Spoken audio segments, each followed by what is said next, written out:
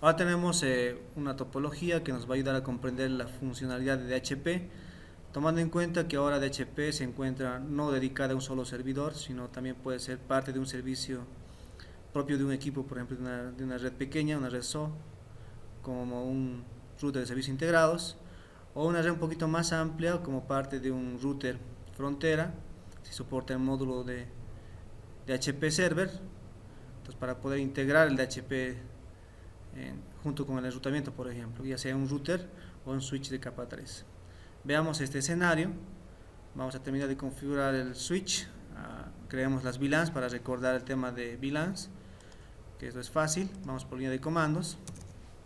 Siempre es importante dar nombre a nuestros equipos para que de esa manera pues pueda identificarse para la administración de la red. Vamos a poner un nombre, switch VLANs, ya tiene nombre. Vamos a asignar los puertos según el rango de diseño que se ha planificado por VLANs. Ahí tenemos el rango, ¿sí? Ahí están los puertos, y hagamos eso entonces. Rango de la FA 02 a la 5. Vamos a asignar primero, siempre es importante trabajar en modo acceso para que salga de modo dinámico. Support access VLAN 100. Como la VLAN 100 no existe, se va a crear un momento de asignar, como muestra el mensaje, aunque no tiene nombre, pero nos importa por ahora el número solamente. Ya tenemos eso ahí. Vamos a entrar otra vez al rango, a la FA 06.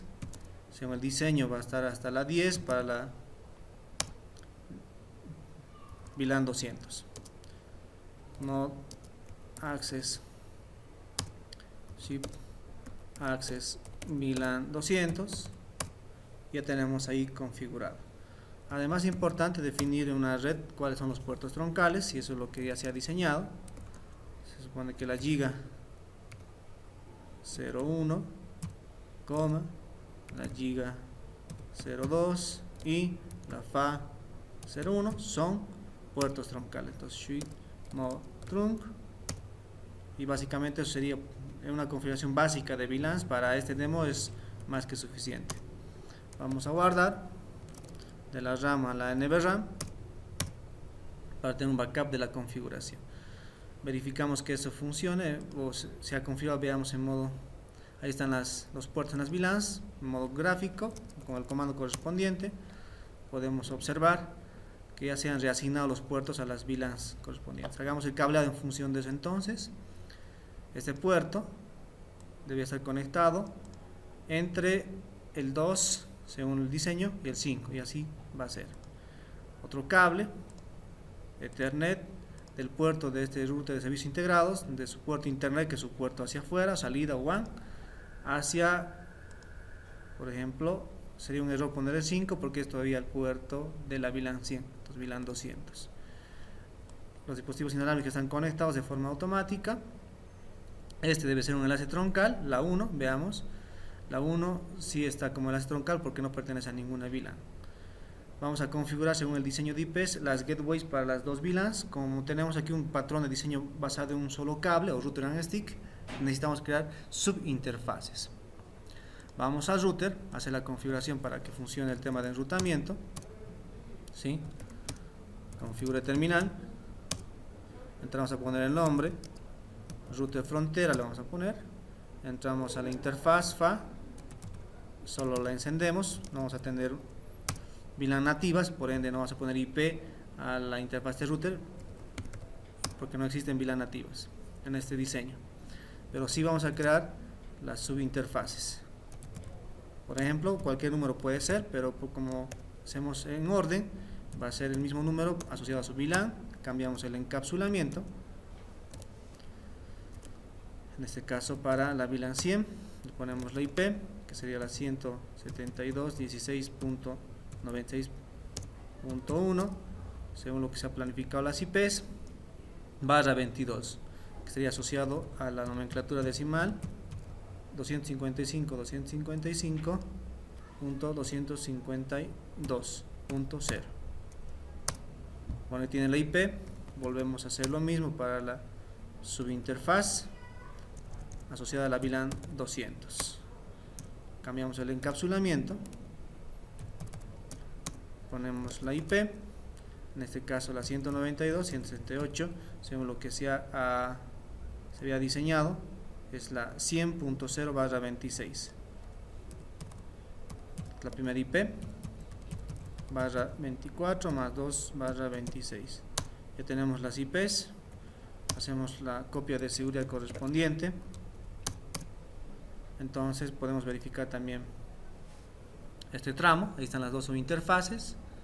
Podemos hacerlo por comandos. Show IP interface brief, que es el comando más práctico para este caso. Está levantado. Entonces podemos ir a ping, pero hay un problema. La idea es que tengamos IPs en este laboratorio dinámicos y no estáticos.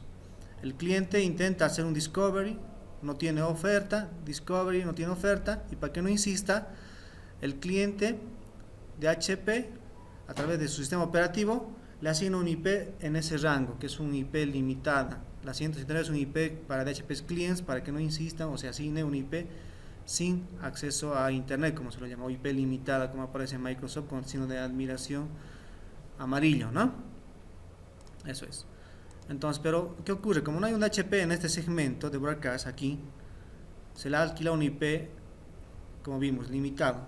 Entonces hay un escenario, el iOS de Cisco, llamado el módulo ACIP, tiene la posibilidad de implementar DHCP server, y es lo que vamos a hacer aquí para esa VLAN. Entonces vamos a configurar terminal, modo de configuración global, y aquí vamos a hacer IP de DHCP, y ahí tenemos varias opciones. Lo primero que tenemos que hacer es excluir. ¿Qué vamos a excluir? En este caso, el gateway de esta red, para que no sea ofrecido en el alquiler, y todos los demás IPs que se quieren excluir. Luego se va a crear el pool asociado a un nombre, en este caso lo van a llamar VLAN 100, y bueno, entramos en modo de configuración de VLANs. Ahí tenemos varias opciones. Le decimos primero el default gateway, que es el que hemos planificado, la 172, justamente el que se ha excluido, ¿sí? 96.1. También podemos planificarle un futuro un DNS server. Por ejemplo, esta podría ser, pensando que esta IP va a ser la que va a tener el servicio del DNS, ¿ya? Y lo más importante, ¿no? ¿Qué rango de IP se va a alquilar? Me pide la red en formato punteado, que sería la 172.16.96.0, y me pide la máscara netmask directamente, que sería la 255.152.0. Y básicamente con eso ya hemos configurado lo más importante para este ejemplo, ¿no? Ya tenemos el DHCP server configurado, que por defecto ya está corriendo, ¿sí? Guardamos la configuración y verificamos la funcionalidad, ¿no? Haciendo nuevamente la petición de DHCP client, encuentra ya en su dominio broadcast un DHCP server y se le alquila con los patrones que se han configurado. Si vamos a modo simulación para examinar este proceso de forma mucho más amplia en un análisis de protocolos básico con la herramienta simulación, vamos a enfocarnos en este caso en peticiones de DHCP solamente, y vemos cómo funciona esto. Entonces ahora vamos a la otra computadora que aún no tiene asignada IP. Ya se genera un mensaje de DHCP client, y bueno, obviamente la capa 2 broadcast el destino. En capa 3 así, igual broadcast como se vio en la parte teórica. El puerto origen 68, el puerto destino o puerto servidor 67, y la data de la capa de aplicación es esta, que los campos que se ve llenando. No tiene IP cliente, es la primera vez que alquila, no se le asignó IP, el server no se sabe todavía en esta primera etapa de descubrimiento, no hay un reenvío de DHCP, se sabe, lo único que sabe, la dirección MAC que envía el cliente, ¿no? Y estos son mensajes propios de conversación entre DHCP cliente y servidor. Entonces, si vamos haciendo capturas, y nos importa hasta el DHCP server, en este caso el router, cómo entra, ¿no? Como se había enviado, y la vuelta. Vamos a hacer una captura de salida. Bueno, ahí podemos capturar un poco para ver que está saliendo, ¿no? Entonces el del servidor de DHCP se está básicamente ofreciendo, ¿no? Le está ofreciendo un IP. Este es el IP que te puedo dar.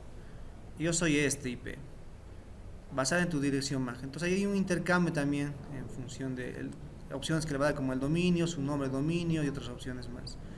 Y luego de un intercambio básico de 4 mensajes, ¿no? Discovery, offer, ¿no? Request y ACK, el cliente va a tener su IP asignada, ¿no? Y finalmente pues termina con su IP. ¿Ya? Así funciona DHCP, solo hay que tomar en cuenta que es en broadcast. Con esta parte hemos terminado el escenario. Podemos verificar conectividad. Hay conectividad y hemos implementado un DHCP server sin muchas complicaciones en un router frontera que además de enrutador va a ser un DHCP server.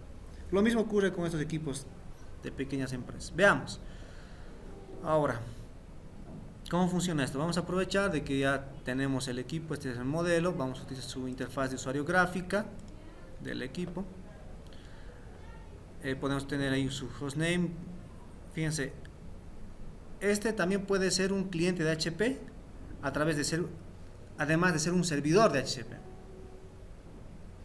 ¿sí? Entonces, o puede tener una IP estática. Entonces, estos equipos pueden ser clientes también y pueden ser servidores, ¿no? Y eso es lo que podemos ensayar aquí. Vamos a crear ahora un rango, otro pool para la VLAN 200, a la cual está conectada este equipo de servicios integrados y va a ser, por un momento, va a ser cliente de esta red y luego este va a ser servidor de esta otra red. Y así funciona más o menos ese escenario. Vamos a completar la configuración. Hacemos ahora, vamos a excluir primero IP de DHCP, el gateway de la VLAN 200, que sería la 100.1. Creamos IP DHCP pool VLAN 200, le ponemos default gateway, que va a ser la 192.168.100.1, el DNS, que va a ser común para toda la red propiamente, con la máscara que se había planificado /26, y bueno, con eso ya tenemos el DHCP corriendo. Guardamos. Ahora vamos aquí, como pertenece a ese VLAN, ¿no? Y hace una solicitud de DHCP. Entonces esta computadora ya tiene su IP dinámicamente, ya se la ha alquilado, ¿no? Si vemos en su estatus, podemos observar que dinámicamente se le ha alquilado una dirección IP a este computador, que va a ser un servidor y el router de internet inalámbrico, ¿no? En esa VLAN correspondiente, ¿no? Podemos observar también unos comandos de verificar en el servidor. Show IP DHCP, por ejemplo, construcción, binding. Ahí nos muestra cómo se ha ido alquilando los IPs, ¿no? A qué dirección MAC se le ha dado, a qué dirección IP y qué tipo, automática, manual o dinámica. En este caso automática, que es la que está utilizando. Ahora, este se va a convertir en un DHCP server de la red inalámbrica. ¿Cómo se hace eso? Pues trabaja en 2 segmentos. Ahí está el segmento. Entonces vamos a diseñar ahí la red. Solo para diferenciar la pongamos 10, para diferenciar de los otros segmentos, que sea la 10, 10.1, y una mascarita mucho más corta, por ejemplo un 224. Que habilitemos DHCP, simplemente habilitamos DHCP. Lo podemos reservar también, ¿no? ¿Reservar qué? Deberíamos reservar mínimamente el gateway, ¿no? Este es la DHCP cliente, es la asignación. Fíjense, ahí están los mismos tipos, ¿no? La asignación manual, ¿no? La asignación dinámica. Ahí están cosas que se pueden manipular sobre el DHCP. Entonces primero guardamos para que se actualice estos patrones y que empiece a partir de la IP 10, no de la IP 1, porque el 1 es gateway, como no se ha reservado, empieza a partir de ahí. Guardamos, ¿no? Ahí está, ¿no? La configuración. ¿Quién es el DNS? El DNS tiene que ser común, 287.100.10, que es común para toda la red porque es un servicio externo a esta red. Con esto ya hemos configurado lo básico. Ambos tienen su IP, el IP WAN, ¿no? Y el IP LAN, que sería el IP propio de la red interna. Entonces aquí tiene que haber un cambio de IPs. Como son dos dominios de broadcast distintos, uno es la red 10 y otro es la red 192, que sería su dirección WAN del router en la VLAN 200. Entonces, la asignación 10-12. Entonces, ya hemos trabajado. Hacemos un ping de aquí a aquí, va a llegar, obviamente, pero pasan dos dominios de broadcast distintos, ¿no? Entonces, con eso estamos haciendo ya dos servicios de HP, pero faltaría uno, integrar con este DHP Server. Que este DHP Server sea ahora el que centraliza las direcciones de HP, tanto de la VLAN 100 como de la VLAN 200, pero tiene que haber un cambio en la configuración de HP. Ahora pasemos a hacer esa planificación, asumiendo que no podemos dejar sin IP al DHP Server, va a ser la 192.168.200 puntos en este rango, barra 29, ¿no? Que van a tener más o menos 6 IPs utilizables, que sea la IP5 la que va a ser el DHP Server. Partamos de esa primera base de configuración. Entonces hagamos eso. Estática, por supuesto. 5 barra 29 es igual a 248. Y solo si en este escenario este DHP necesita gateway. De lo contrario, si va a ser un DHP dentro de una VLAN o dentro de una subred, no necesitaría gateway. En este caso sí, porque va a ser solicitado fuera de su dominio de broadcast. Su gateway vamos a asumir que va a ser la .1. No necesita DNS. Con está ya listo, configurado. Ahora vamos a configurar el servicio de HP. Encendemos primero y definimos por qué tarjeta, como en la vida real, ¿no? Si tenemos más de una tarjeta, ¿sí? Y este pool que está aquí es el pool para el DHP local, para el DHP, por ejemplo, de la 192, 168, 200.1, el DNS que va a ser 200.87.110, que va a ser a partir de la IP2.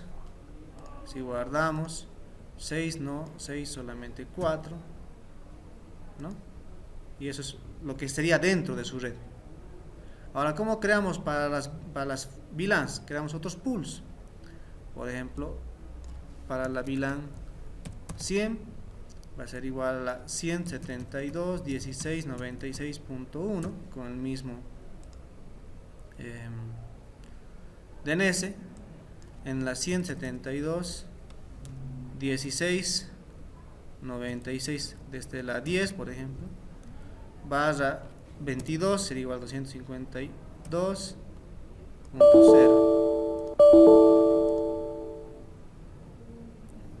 Tenemos que añadir para que no nos moleste. Ahora sí, editamos sobre lo añadido. 252. Guardamos. ¿Cuántas? 100. ¿No? Guardamos. Tenemos entonces ahora dos pools distintos. Ahora vamos por el tercer pool para la VLAN 200. Esta es la 192, 168, 100.1, la que es barra 26, ¿no? Ahí está. Vamos a añadir y vamos a editar sobre eso.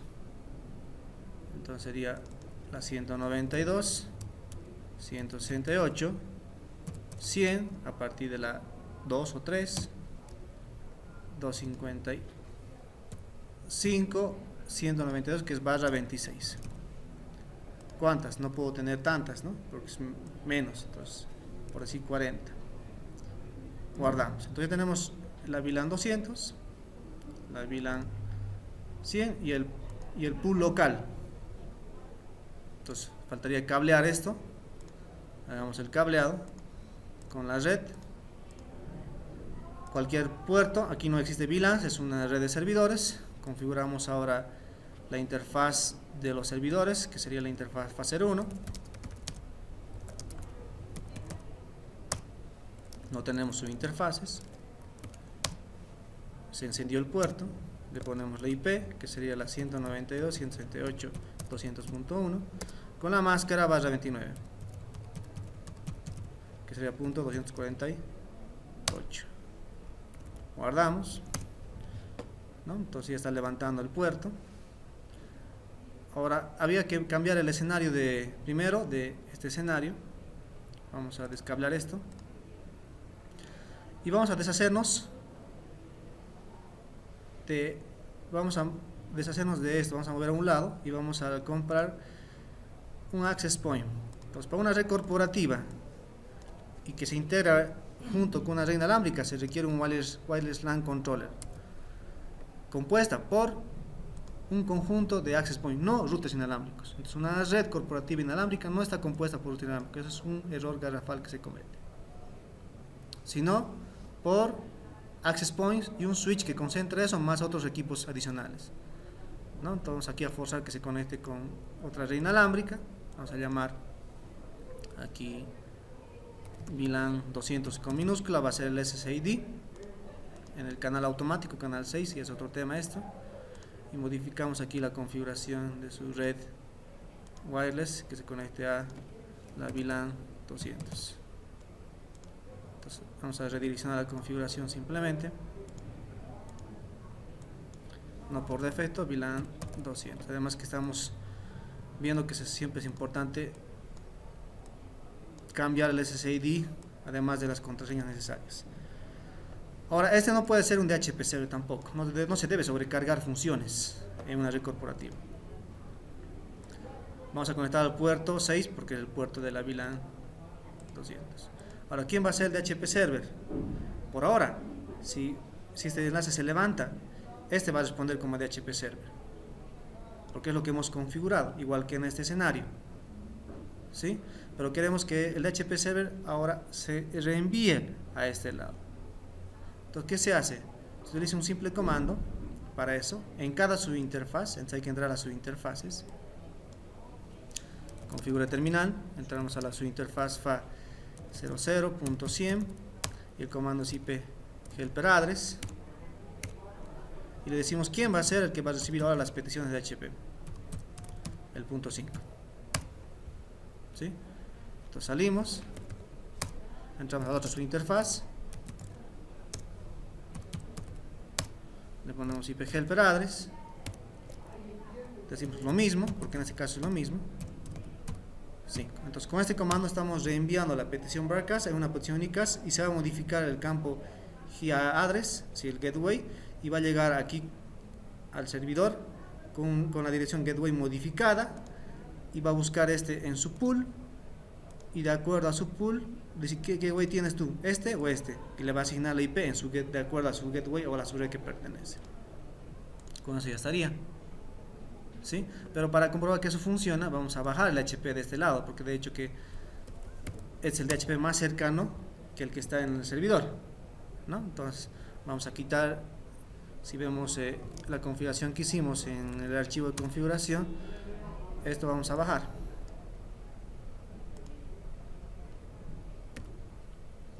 No, simplemente, listo, no, y ya no tenemos esos servidores de DHCP configurados. Entonces no existe aquí DHCP servers, ¿no? Pero si reanudamos la configuración, dar una petición de DHCP y tiene su IP. En modo simulación lo podemos ver mucho más claro. Esta petición y este reenvío. Vamos aquí, por ejemplo, nuevamente. Se genera una petición cliente. Observemos, llega al gateway en broadcast. El gateway lo reenvía en unicast. Si observamos en unicast como le entró en broadcast, fíjense.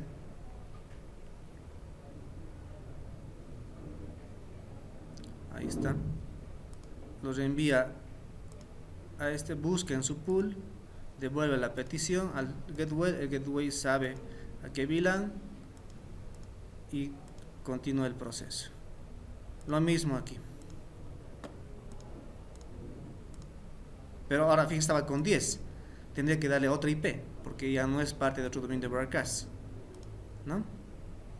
Entonces lo mismo vamos a ver, va a llegar al router, el router reenvía al DHCP, pero en otra VLAN le va a responder. Entonces va a ganar tiempo, vamos a ver directamente en tiempo real, fíjense, la asignación de IP, ahora ya no es una 10, sino es una 190 y tantos. Lo mismo aquí. Ahora hemos centralizado la administración de HP a un servidor que puede ser un Windows Server o un Linux Server, el cual tiene instalado el módulo de servidor correspondiente. Y este es su escenario al cual tendríamos que llegar. Muchas gracias por su atención y con esto hemos terminado DHCP Servers.